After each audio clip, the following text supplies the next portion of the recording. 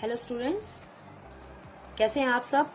और समझ में आ रहा है सारा ये लेसन जो है। डिफ़िकल्ट तो नहीं लग रहा है आपको बेटा? अगर थोड़ा डिफ़िकल्ट भी लग रहा हो तो एक बार में समझ नहीं आएगा। ये लेसन थोड़ा लेंथी भी है, ठीक है, और डिफ़िकल्ट भी है।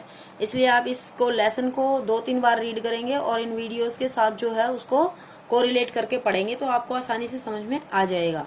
साथ में जो है क्वेश्चंस को जो है इनको वीडियोस को क्वेश्चन आंसर्स के साथ कोरिलेट करके करेंगे तो आपको क्वेश्चन आंसर्स लर्न हो जाएंगे और आपको लेसन भी बाद में धीरे धीरे समझ में आ जाएगा। ठीक है, तो आज हम जो है इसका आगे काम शुरू करते हैं इस चैप्टर का। चैप्टर 1 जो हमारा ऑलरेडी चल रहा है, यूरोप में राष्ट्रवाद का उदय, इसी को आगे बढ़ाते हैं। इसके अंदर जो है हमारा पेज नंबर 13 जो है मैं आज आपको करवाऊंगी। पेज नंबर 13 जो है आप अपनी बुक जो है उसके अंदर पेज नंबर 13 देखो और हमारा क्वेश्चन नंबर 1, ठीक है, यूनानी स्वतंत्रता युद्ध। एक तो ये है उसमें दिया हुआ है शॉर्ट नोट और एक दिया हुआ है फ्रैंकफर्ट संसद, तो वो दोनों मैं आज आपको करवा दूंगी। ठीक है, आप जरा जो है पेज नंबर 13 पर आ जाओ बेटा फटाफट। देखो ये एक्स्ट्रा क्वेश्चंस में भी आ सकता है, जैसे जो है पेज नंबर 13 है, 13 के ऊपर जो है क्या दिया हुआ है सबसे ऊपर कि क्रांतियों का युग चल पड़ा था जो 1830 से लेकर के 1848 के बीच रहा था। ठीक है, तो सबसे पहले कौन सी क्रांति आई? सबसे पहले जो है जुलाई रेवोल्यूशन के बारे में बात हम करेंगे कि जुलाई रेवोल्यूशन हुआ था। ठीक है, तो उसमें फ्रांस में हुआ था, वो फ्रांस के अंदर जुलाई रेवोल्यूशन हुआ था। कैसे हुआ था?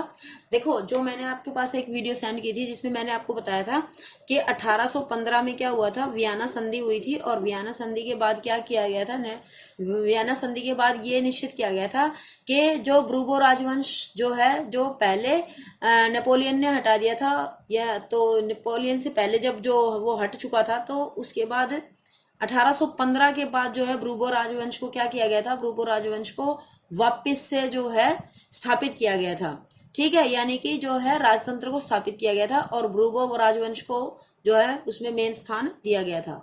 यह 1815 की बात है बेटा।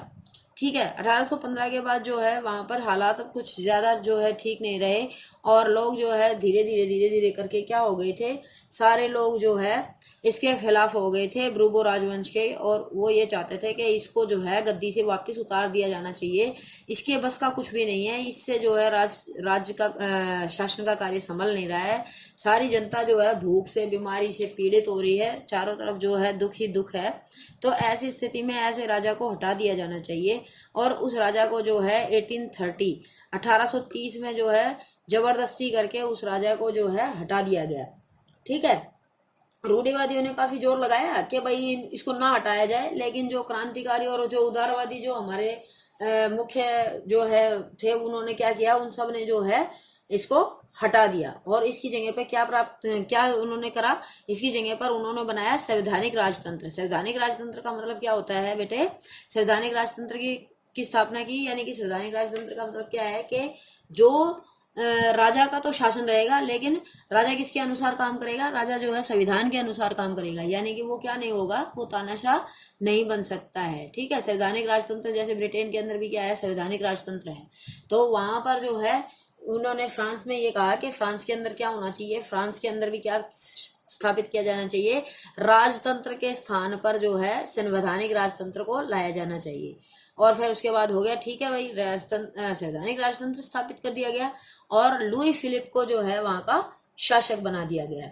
ठीक है, उसके बाद क्या होता है कि उस समय जो है जब ये सब चल रहा था, उस समय जब मैंने आपको पुरानी वीडियो में बताई थी ना कि मेटरनिक ने ऐसे बोला था, तब ये जो जुलाई रेवोल्यूशन चल रहा था तभी मेटरनिक ने बोला था कि भाई अगर जो है फ्रांस जब छींकता है तो बाकी यूरोप के भी क्या हो जाती है, सर्दी जुकाम हो जाती है। ये वाली स्टेटमेंट किसने बोली थी?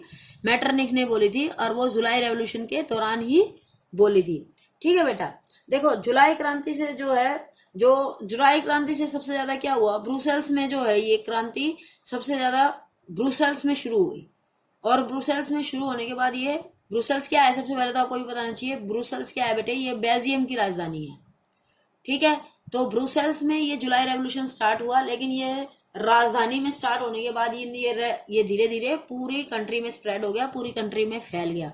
और ये किससे आजादी चाहते थे बेल्जियम वाले? ये नीदरलैंड से आजादी चाहते थे। नीदरलैंड का पूरा नाम जो है United kingdom of the Netherlands है। ठीक है, ये उससे आजादी चाहते थे कि भाई हमें आज़ाद कर दो, हम तुम्हारे साथ नहीं रहना चाहते हैं। और तो फिर फाइनली इनको आज़ादी मिल गई थी, किससे? नीदरलैंड से। ये तो हो गया हमारा जुलाई रेवोल्यूशन का टॉपिक। छोटा था ना, आसान था बिल्कुल, ठीक है। अब बेटे आगे देखो, नेक्स्ट पैराग्राफ जो है हमारा, उसमें दे रखा है हमारा यूनानी स्वतंत्रता युद्ध। यूनानी जिसको हम जो है ग्रीक के नाम से भी जानते हैं, ठीक है, ग्रीस के नाम से भी जानते हैं। तो ग्रीस के अंदर जो है, जो क्या किस प्रकार से वहां पर जो है स्वतंत्रता के लिए युद्ध शुरू हुआ। देखो, जब चारों तरफ रेवोल्यूशंस आए हुए हैं, सब आज़ादी की बात कर रहे हैं, तो फिर जो है यूनानी जो लोग थे उन्होंने भी सोचा, लगते हाथ हम भी स्वतंत्रता के लिए जो है प्रयास करते हैं और हम भी जो है स्वतंत्र होना चाहते हैं। ये स्वतंत्र किससे होना चाहते थे बेटा? ये स्वतंत्र होना चाहते थे ऑटोमन साम्राज्य से, ठीक है। ये जो है यूनान जो था वो 15वीं सदी से, 15th सेंचुरी से जो है ऑटोमन साम्राज्य के अधीन था ये। और ये अब जो है ऑटोमन साम्राज्य से आज़ाद होना चाहता था। क्यों? क्योंकि बेटा इनको ये लग रहा था कि ऑटोमन साम्राज्य जो है किसी भी तरीके से जो है इनकी सभ्यता और संस्कृति को जो है वो जीवित नहीं रहने दे रहा, चाह रहा है, कोई इनको अधिकार नहीं दे रहा है। जो भी लोग किसी भी प्रकार की जो है अधिकारों की बात करते हैं तो उनको देश से बाहर निकाल देते हैं, उनके साथ दुर्व्यवहार करते हैं। तो इसलिए जो है यूनानी स्वतंत्रता युद्ध जो है स्टार्ट होता है 1821 में। 1821 में जो है यूनानी स्वतंत्रता युद्ध स्टार्ट होता है। उस यूनानी स्वतंत्रता युद्ध में मुख्य रूप से कौन मदद करता है बेटा? एक तो पश्चिमी यूरोप, ठीक है, और दूसरा लोग जो होते हैं, कवि और कलाकार जो होते हैं उस समय के, जो यूनान के अंदर जो मुख्य जो है कवि और कलाकार होते हैं, उनकी मदद वो जो है इसमें काफ़ी महत्वपूर्ण भूमिका निभाते हैं यूनान को स्वतंत्र करने में, ठीक है। अंग्रेज कवि लॉर्ड बायरन, इसका नाम आपको याद रखना है और अपनी बुक के अंदर बेटे उसको अंडरलाइन कर लेना कि एक अंग्रेज कवि थे लॉर्ड बायरन। उन्होंने बहुत अच्छा जो है अपना इसमें यूनानी स्वतंत्रता युद्ध में बहुत अच्छा रोल अदा किया था बेटा। उन्होंने जो है बहुत सारा पैसा इकट्ठा किया था इस युद्ध के लिए, और इस युद्ध को में जो है उनकी बहुत ही महत्वपूर्ण भूमिका थी। परंतु कभी कभी क्या होता है ना कि इंसान का जो है समय से पहले उसका समय आ जाता है, तो वो बेचारा जो है इस युद्ध के बीच में ही जो है वो बुखार के कारण जो है उसकी मृत्यु हो गई। 1821 में क्रांति शुरू होती है और फिर उसके बाद ये सारे प्रयास करते हैं। फिर ये लॉर्ड बायरन जो है पैसा इकट्ठा करता है, लेकिन 1824 में इसको क्या हो जाता है बेटा? बुखार हो जाता है, और इसकी बुखार के कारण क्या हो जाती है? इसकी मृत्यु हो जाती है, ठीक है। अब इसके बाद जो है जब इसकी मृत्यु हो जाती है, लेकिन इसकी मृत्यु के बाद भी ये नहीं है कि ये जो है इनका स्वतंत्रता का जो कार्यक्रम था, वो युद्ध था जो वो रुक गया था, ऐसा नहीं था, वो चलता रहा। और फिर फाइनली उसको क्या हुआ? फाइनली जो है यूनान को एक स्वतंत्र राष्ट्र घोषित किया गया। और उससे पहले क्या किया गया? एक बहुत ही इंपॉर्टेंट संधि की गई जो पेपर में पूछी जाती है, कस्तूनतूनिया की संधि, जिसको हम कहते हैं 1832 में, ठीक है। कस्तूनतूनिया की संधि ये पेपर में वेरी वेरी इंपॉर्टेंट है आपके जो है बेटा। आप शुरू से ही ऐसे पढ़ते चलो कि एग्जामिनेशन के हिसाब से कि भाई एग्जाम में क्या इंपॉर्टेंट है, ताकि आप उन चीज़ों पर स्ट्रेस दे सको कि भाई हाँ हमें ये अच्छे से सुन लेना है, ये अच्छे से समझ लेना है, ये पेपर में आ सकता है। तो इजी ऐसे नहीं लेना है, लाइट नहीं लेना है किसी भी चीज़ को। जो मैं आपको कह रही हूँ एग्जामिनेशन पॉइंट ऑफ व्यू से इम्पोर्टेंट है, इट मीन्स वो इम्पोर्टेंट है और वो पेपर में आपको कहीं पर भी मिल सकता है, ठीक है। तो ये जो हमारे थे पॉइंट, ये दोनों जुलाई रेवोल्यूशन, ठीक है, और उसके बाद यूनानी स्वतंत्रता युद्ध। तो यूनानी स्वतंत्रता युद्ध तो आपकी बुक के अंदर दे रखा है पेज नंबर 13 पर। आप इसको, ये आपके क्वेश्चन है, एक एक्सरसाइज क्वेश्चन, इसको जो है आप कॉपी में नोटबुक में लिखेंगे, प्लस में इसको अच्छे से याद करेंगे, ठीक है।